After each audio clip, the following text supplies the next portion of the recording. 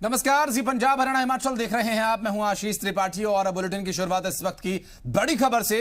अफगानिस्तान में जारी संकट के बीच रोहतक में हरियाणा के डिप्टी सीएम दुष्यंत चौटाला ने महर्षि दयानंद यूनिवर्सिटी में पढ़ रहे अफगानिस्तान के छात्र छात्राओं से मुलाकात की। इसे लेकर दुष्यंत चौटाला ने ट्वीट करके इसकी जानकारी दी और एमडीयू रोहतक में अफगानी छात्रों से मुलाकात की। छात्रों ने बताया उन्हें रहने और वीजा की समस्याएं आ रही हैं, उनके रहने के लिए इंतजाम तुरंत कर दिया जाएगा और वीजा से जुड़ी समस्याओं को लेकर केंद्र सरकार से जो भी निर्देश आएंगे उसी तरह मदद की जाएगी। आपको बता दें कि ये हरियाणा के उप मुख्यमंत्री दुष्यंत चौटाला द्वारा ट्वीट करके इसकी जानकारी दी और यूनिवर्सिटी जाकर उन्होंने मुलाकात की थी अफगानी छात्रों से जिन्हें परेशानी आ रही है, वीजा संबंधी परेशानी आ रही है और खासकर वीजा के साथ साथ रहने की जो परेशानी है, क्योंकि जिनका वीजा खत्म होने की कगार पर है उनके लिए आने वाले समय में बड़ी समस्या पेश आ सकती है। इसके बाद मुलाकात हुई और ऐसे में ट्वीट करके उन्होंने इसकी जानकारी दी है और हर संभव मदद करने की बात कही है। और अफगानिस्तान पर तालिबान के कब्जे के बाद पूरे विश्व की नजर अफगानिस्तान के हालात पर है। हिसार के चौधरी चरण सिंह हरियाणा कृषि विश्वविद्यालय में 12 स्टूडेंट्स अफगानी हैं और ऐसे में उनकी भी लगातार पारिवारिक सदस्यों से बातचीत हो रही है। स्टूडेंट्स ने जी मीडिया से खास बातचीत में कहा कि पारिवारिक सदस्य कह रहे हैं कि चिंता सरकारी कर्मचारियों को ज्यादा है। तालिबान ने सबकी अब की बार आश्वासन दिया है कि हालात खराब नहीं होंगे, लेकिन जो हुआ वहां पर लगातार उनकी भी नजर है। और वहीं एचयू यूनिवर्सिटी के प्रशासन का कहना है कि स्टूडेंट्स को किसी प्रकार की दिक्कत नहीं होने दी जाएगी और लगातार समय समय पर उनसे बातचीत हो रही है। अफगानिस्तान पर तालिबान के कब्जे के बाद किस तरह से विचलित कर देने वाली जो तस्वीरें आई हैं, उसके बाद किस तरह का माहौल तमाम भारतीय उन स्टूडेंट्स पर है जो यहाँ पर एक तरह से पढ़ाई के लिए आए हुए हैं। फिलहाल मैं हिसार के एचयू के त्रिवेणी इंटरनेशनल हॉस्टल में मौजूद हूँ। यहाँ पर कुछ अफगानी स्टूडेंट्स जो हैं वो मेरे साथ हैं। किस तरह से इनके पारिवारिक सदस्यों से बातचीत हुई और क्या कुछ अभी तक वहाँ पर जो सिचुएशन है उसको देखते हुए ये कहना चाहते हैं, इन तमाम पहलुओं पर इनसे बातचीत कर लेते हैं। आपकी अभी पारिवारिक सदस्यों से भी बातचीत हुई होगी, जिस तरह का माहौल अफगानिस्तान में देखने को मिल रहा है, किस तरह से देखते हैं इसको आप? जब हम अपने परिवार से बात की, उन्होंने ये सब बोला कि अभी सिचुएशन तो नॉर्मल है, तालिबान है काबुल में, काबुल में इन का कब्जा है और सब शहर का कंट्रोल भी इसके साथ है। मगर अभी तक तो ऐसा कोई दिक्कत नहीं है आम लोगों के लिए और शहर वाला लोगों के लिए और बिजनेसमैन के लिए। तो अभी तक तो कोई टेंशन नहीं है। जब पहले इन्होंने कब्जा कर दिया थोड़ा टेंशन था, अभी भी है, ये सब क्लियर नहीं है टेंशन, मगर अभी तक तो कोई दिक्कत नहीं आ रहा है। कि भी हुई होगी पारिवारिक सदस्य से बातचीत, क्या कुछ कहा उन्होंने, किस तरह का माहौल है, घर पे सब सेफ हैं, कैसे हैं?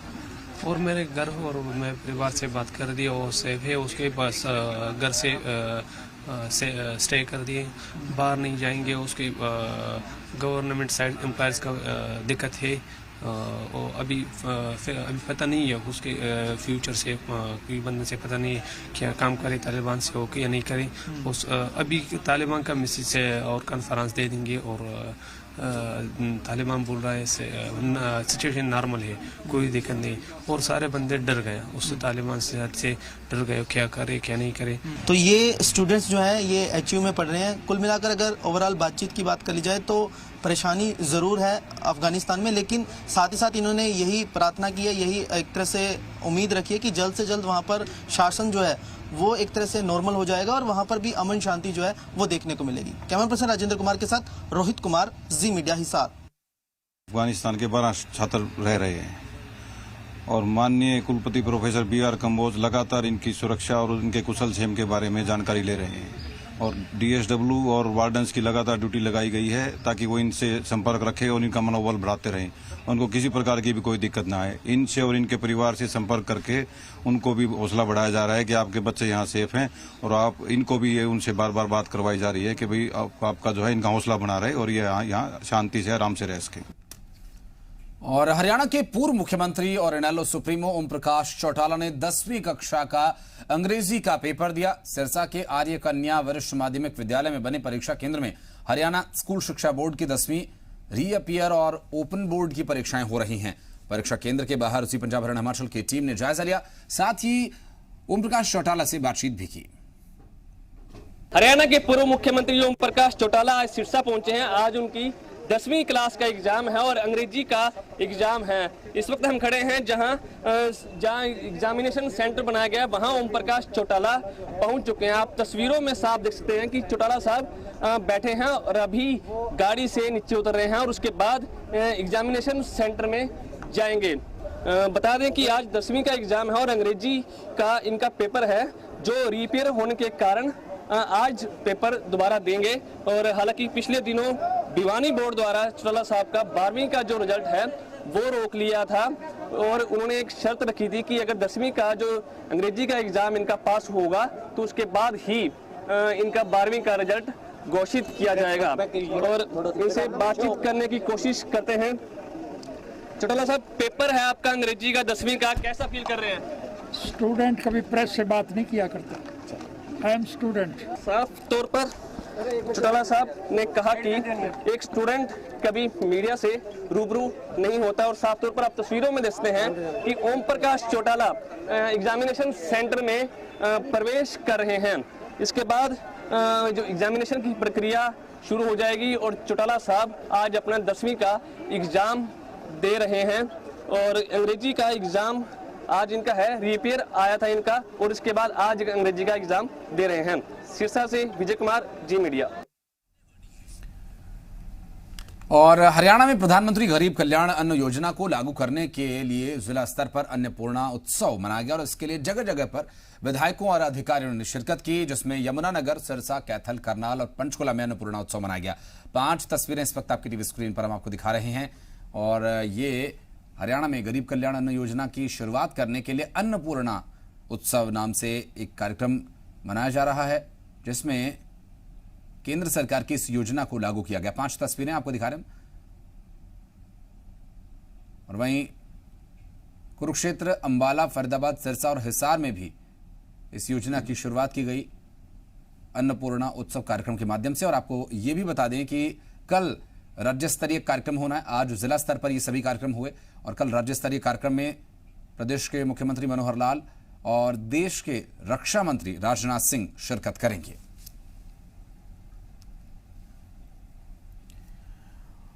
और इंद्री हल्के से बीजेपी विधायक राम कुमार कश्यप गुढ़ा गांव में अन्नपूर्णा उत्सव का उद्घाटन करने पहुंचे, जहां किसान उनका विरोध करने पहुंच गए, जिसके चलते पुलिस ने करीब 10 प्रदर्शनकारी किसानों को हिरासत में ले लिया। जिसके बाद किसानों ने थाने का घेराव किया और कुछ ही देर बाद किसानों को छोड़ दिया गया। नंबर बनाने के वास्ता लोगों के ये लोग छेड़खानी करने के वास्ता और वो बीच में जाओ।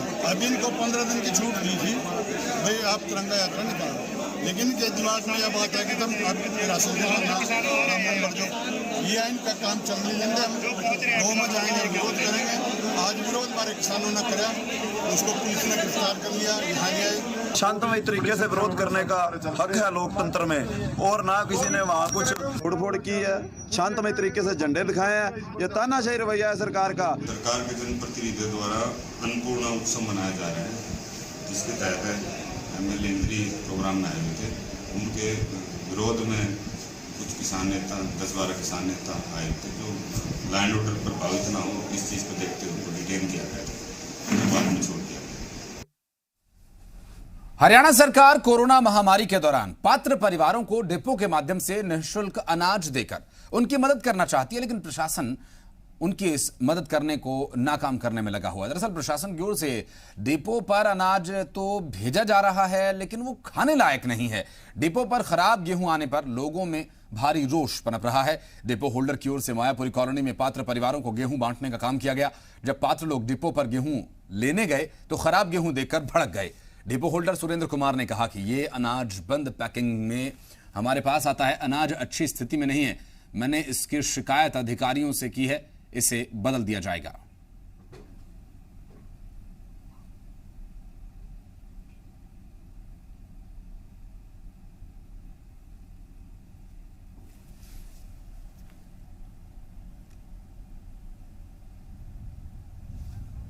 आपको बता दें कि गरीबों का प्रशासन ने किस तरह से मजाक बनाया और सरकार की योजना को ही सवालों के घेरे में लाकर खड़ा कर दिया, जो कि गरीबों की मदद के लिए चलाई जा रही है। आपको बता दें कि टोक्यो ओलंपिक्स में गोल्ड मेडल विजेता नीरज चोपड़ा का लगातार स्वागत हो रहा है। नीरज चोपड़ा चंडीगढ़ में सीएम मनोहर लाल से मुलाकात करने पहुंचे और यह मुलाकात चंडीगढ़ स्थित सीएम आवास पर हुई। मुख्यमंत्री की ओर से नीरज को सम्मानित किया गया। सीएम मनोहर लाल ने बताया कि इस दौरान खेल समेत कई विषयों पर विस्तार से चर्चा हुई। मुख्यमंत्री ने कहा कि नीरज चोपड़ा को हरियाणा में खेल गतिविधियों को बढ़ावा देने के लिए एक पोस्ट भी ऑफर की गई है। मुख्यमंत्री ने कहा कि टोक्यो ओलंपिक्स में जिस तरह से मेडल टैली में हरियाणा का योगदान सबसे ज्यादा रहा, उससे हरियाणवी होने के चलते सीना चौड़ा हो जाता है।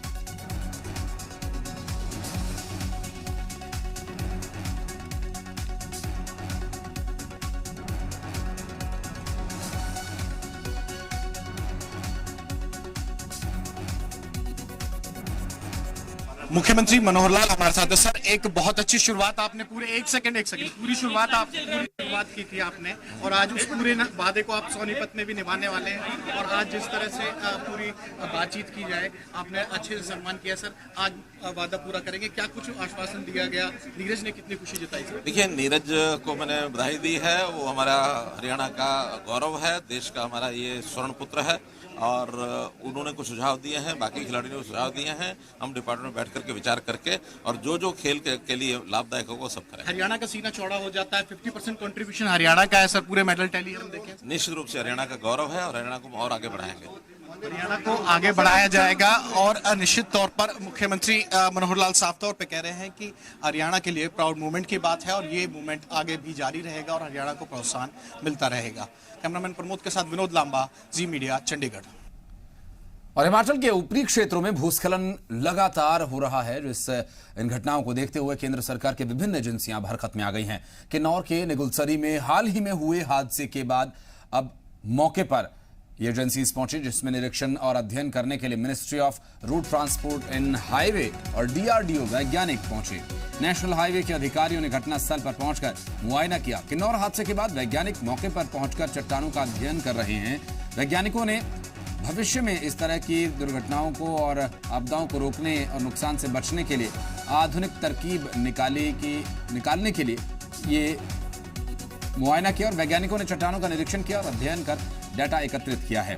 जल्द रिपोर्ट तैयार करने के बाद दुर्घटनाओं को रोकने और कम करने के निर्देश कार्यों को अंजाम दिया जाएगा। टीम ने अन्य संभावित खतरे वाले स्थानों का निरीक्षण किया। Engineer, ministry of road transport and highway, DRDO के representative scientist, RO ministry, chief engineer national highway, superintending engineer national highway तथा उनके साथ आए हुए बाकी टीम, इन सब ने इस दुर्घटना स्थल का निरीक्षण किया। तो उन्होंने यहाँ की डिटेल इंस्पेक्शन कर ली है। फील्ड से जो डाटा चाहिए था वो उन्होंने ले लिया है। इसके बेस पर वो अपनी साइंटिफिक स्टडी करके हमें रिपोर्ट सबमिट करेंगे ताकि हम अकॉर्डिंगली यहाँ पर काम कर सकें। और नालागढ़ में हिमाचल बीजेपी और कांग्रेस में नगर परिषद में चल रहे विकास कार्यों का श्रेय लेने को लेकर क्रेडिट वॉर शुरू हो गया। नालागढ़ के वार्ड नंबर 6 और 7 में गुरुद्वारे से गूगा माड़ी तक गली का निर्माण किया जा रहा है, जिस पर 20 लाख रुपए खर्च किया जाना है। कांग्रेस विधायक राणा लखविंदर सिंह ने अपने समर्थकों के साथ निर्माणाधीन गली का उद्घाटन किया, जिसके बाद बीजेपी के पूर्व विधायक KL ठाकुर ने भी नारियल फोड़कर गली का उद्घाटन किया।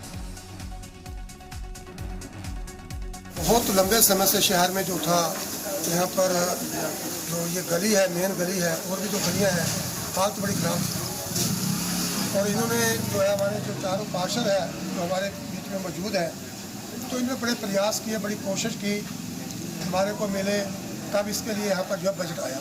2 गलियों को आज करना, एक तो ये गली है बाजार की मेन, जिसकी बहुत प्रॉब्लम थी और बहुत ही लंबी जिसकी डिमांड थी, और ये लगभग 600 मीटर है ऊपर से लेकर गुरुद्वारा से लेकर नीचे तक अपनी गुगा माड़ी। मिलाकर 50 लाख के काम आज ये शुभारंभ करवाएंगे।